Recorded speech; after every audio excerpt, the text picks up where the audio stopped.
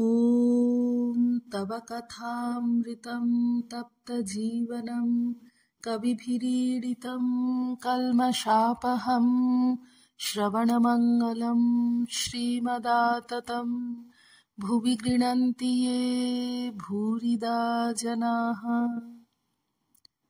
শ্রীযুক্ত সুরেন্দ্রের বাগানে মহোৎসব, সপ্তম পরিচ্ছেদ, 1884, 15ই জুন।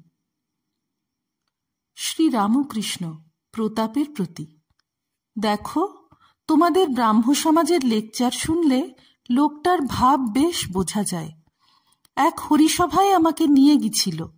আচার্য হয়েছিলেন একজন পণ্ডিত, তার নাম সামাধ্যায়ী। বলে কি, ঈশ্বর নিরস, আমাদের প্রেম ভক্তি দিয়ে তাকে সরস করে নিতে হবে। এই কথা শুনে অবাক। তখন একটা গল্প মনে পড়ল।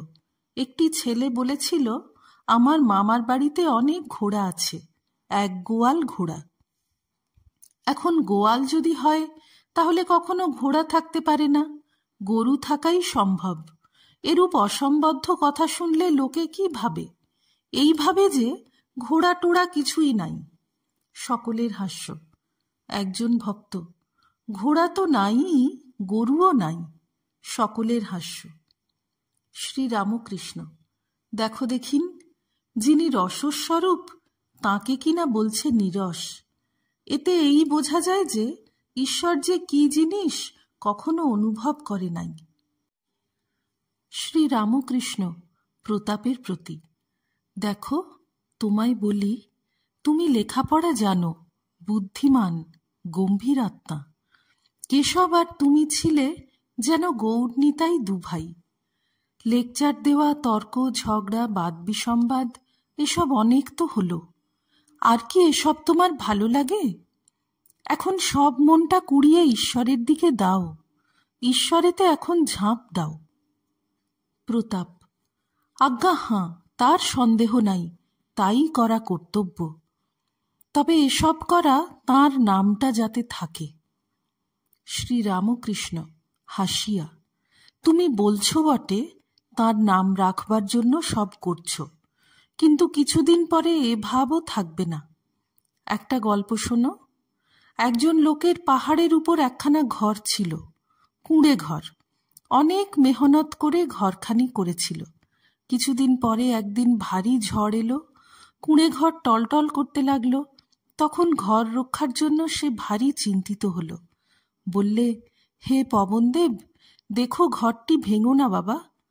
পবনদেব কিন্তু শুনছেন না, ঘর মড়মড় করতে লাগলো। তখন লোকটা একটা ফিকির ঠাউরালে। তার মনে পড়ল যে হনুমান পবনের ছেলে। যাই মনে পড়া, অমনি ব্যস্ত হয়ে বলে উঠল, বাবা, ঘর ভেঙো না, হনুমানের ঘর, দোহাই তোমার। ঘর তবুও মড়মড় করে। কে বা তার কথা শুনে? অনেকবার হনুমানের ঘর করার পর দেখলে যে কিছুই হলো না।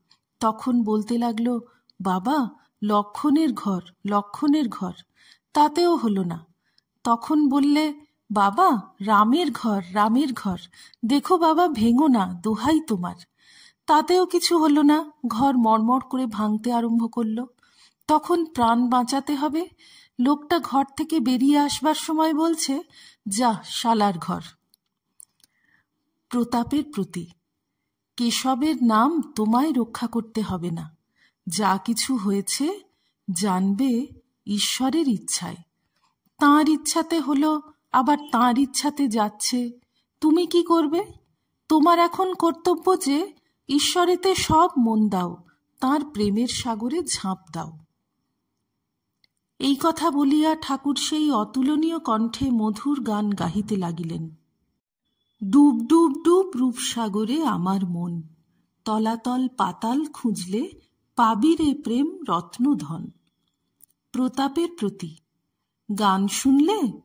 লেকচার ঝগড়া ওসব তো অনেক হলো, এখন ডুব দাও। আর এ সমুদ্রে ডুব দিলে মরবার ভয় নাই।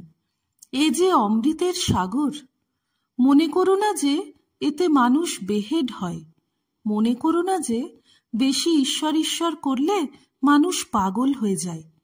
আমি নরেন্দ্রকে বলেছিলাম, প্রতাপ: মহাশয়, নরেন্দ্র কে? শ্রীরামকৃষ্ণ: ও আছে একটি ছোকরা।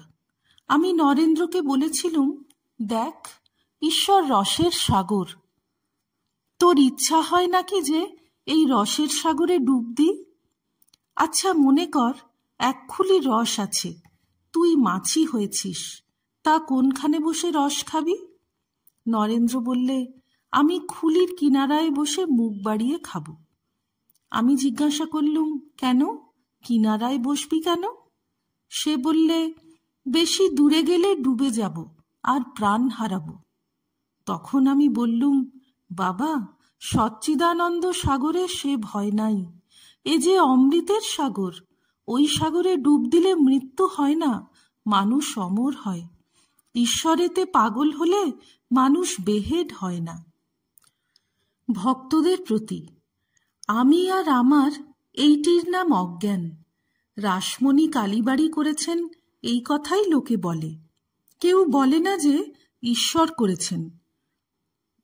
ব্রাহ্ম সমাজ অমুক লোক করে গেছেন, এ কথা আর কেউ বলে না যে ঈশ্বরের ইচ্ছায় এটি হয়েছে। আমি করছি এইটির নাম অজ্ঞান। হে ঈশ্বর, তুমি কর্তা আর আমি অকর্তা, তুমি যন্ত্রী, আমি যন্ত্র, এইটির নাম জ্ঞান। হে ঈশ্বর, আমার কিছুই নয়, এ মন্দির আমার নয়, এ কালীবাড়ি আমার নয়, এ সমাজ আমার নয়, এসব তোমার জিনিস। এ স্ত্রী, পুত্র, পরিবার, এসব কিছুই আমার নয়, সব তোমার জিনিস, এর নাম জ্ঞান। আমার জিনিস আমার জিনিস বলে সেই সকল জিনিসকে ভালোবাসার নাম মায়া, সবাইকে ভালোবাসার নাম দয়া। শুধু ব্রাহ্ম সমাজের লোকগুলিকে ভালোবাসি কি শুধু পরিবারদের ভালোবাসি, এর নাম মায়া। শুধু দেশের লোকগুলিকে ভালোবাসি, এর নাম মায়া। সব দেশের লোককে ভালোবাসা, সব ধর্মের লোকদের ভালোবাসা, এটি দয়া থেকে হয়, ভক্তি থেকে হয়। মায়াতে মানুষ বদ্ধ হয়ে যায়, ভগবান থেকে বিমুখ হয়। দয়া থেকে ঈশ্বর লাভ হয়। শুকদেব, নারদ, এরা দয়া রেখেছিলেন। অষ্টম পরিচ্ছেদ। প্রতাপ: যারা মহাশয়ের কাছে আসেন তাদের ক্রমে ক্রমে উন্নতি হচ্ছে তো? শ্রীরামকৃষ্ণ: আমি বলি যে সংসার করতে দোষ কি, তবে সংসারে দাসীর মতো থাকো। দাসী মনিবের বাড়ির কথাই বলে আমাদের বাড়ি, কিন্তু তার নিজের বাড়ি হয়তো কোন পাড়া গাঁয়ে। মনিবের বাড়িকে দেখিয়ে মুখে বলে আমাদের বাড়ি, মনে জানে যে ও বাড়ি আমাদের নয়, আমাদের বাড়ি সেই পাড়া গাঁয়ে।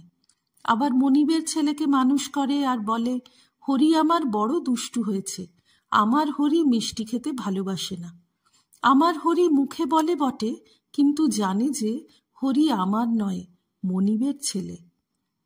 তাই যারা আসে তাদের আমি বলি, সংসার করো না কেন, তাতে দোষ নাই, তবে ঈশ্বরেতে মন রেখে করো, যেন যে বাড়িঘর পরিবার আমার নয়, এসব ঈশ্বরের। আমার ঘর ঈশ্বরের কাছে।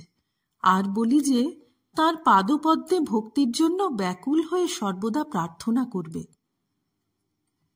বিলাতের কথা আবার পড়িল। একজন ভক্ত বলিলেন, আজকাল বিলাতের পণ্ডিতেরা নাকি ঈশ্বর আছেন এ কথা মানেন না। প্রতাপ: মুখে যে যা বলুন, আন্তরিক তাঁরা যে কেউ নাস্তিক তা আমার বোধ হয় না। এই জগতের ব্যাপারের পেছনে যে একটা মহাশক্তি আছে এ কথা অনেককেই মানতে হয়েছে। শ্রীরামকৃষ্ণ: তাহলেই হলো, শক্তি তো মানছে, নাস্তিক কেন হবে? প্রতাপ: তাছাড়া ইউরোপের পণ্ডিতেরা মরাল গভর্নমেন্ট এ কথাও মানেন। অনেক কথাবার্তার পর প্রতাপ বিদায় লইতে গাত্রোত্থান করিলেন। শ্রীরামকৃষ্ণ প্রতাপের প্রতি: আর কি বলবো তোমায়, তবে এই বলা যে আর ঝগড়া বিবাদের ভিতর থেকো না। আর এক কথা, কামিনী কাঞ্চনে ঈশ্বর থেকে মানুষকে বিমুখ করে, সেদিকে যেতে দেয় না। এই দেখো না, সকলেই নিজের পরিবারকে সুখ্যাত করে, সকলের হাস্য। তা ভালোই হোক আর মন্দই হোক, যদি জিজ্ঞাসা করো তোমার পরিবারটি কেমন গা, অমনি বলে আজ্ঞে খুব ভালো। প্রতাপ: তবে আমি আসি। প্রতাপ চলিয়া গেলেন। ঠাকুরের অমৃতময়ী কথা, কামিনীকাঞ্চন ত্যাগের কথা সমাপ্ত হইল না। সুরেন্দ্রের বাগানের বৃক্ষস্থিত পত্রগুলি দক্ষিণা বায়ু সংঘাতে দুলিতেছিল ও মর্মর শব্দ করিতেছিল। কথাগুলি সেই শব্দের সঙ্গে মিশাইয়া গেল, একবার মাত্র ভক্তদের হৃদয়ে আঘাত করিয়া অবশেষে অনন্ত আকাশে লয়প্রাপ্ত হইল। কিন্তু প্রতাপের হৃদয়ে কি একথা প্রতিধ্বনিত হয় নাই? ওম নিরঞ্জনম নিত্যমনন্তরূপং ভক্তানুকম্পাধৃতবিগ্রহং বৈ ঈশাবতারং পরমেশমিড্যং তং রামকৃষ্ণং শিরসা নমামঃ। শ্রীরামকৃষ্ণার্পণমস্তু।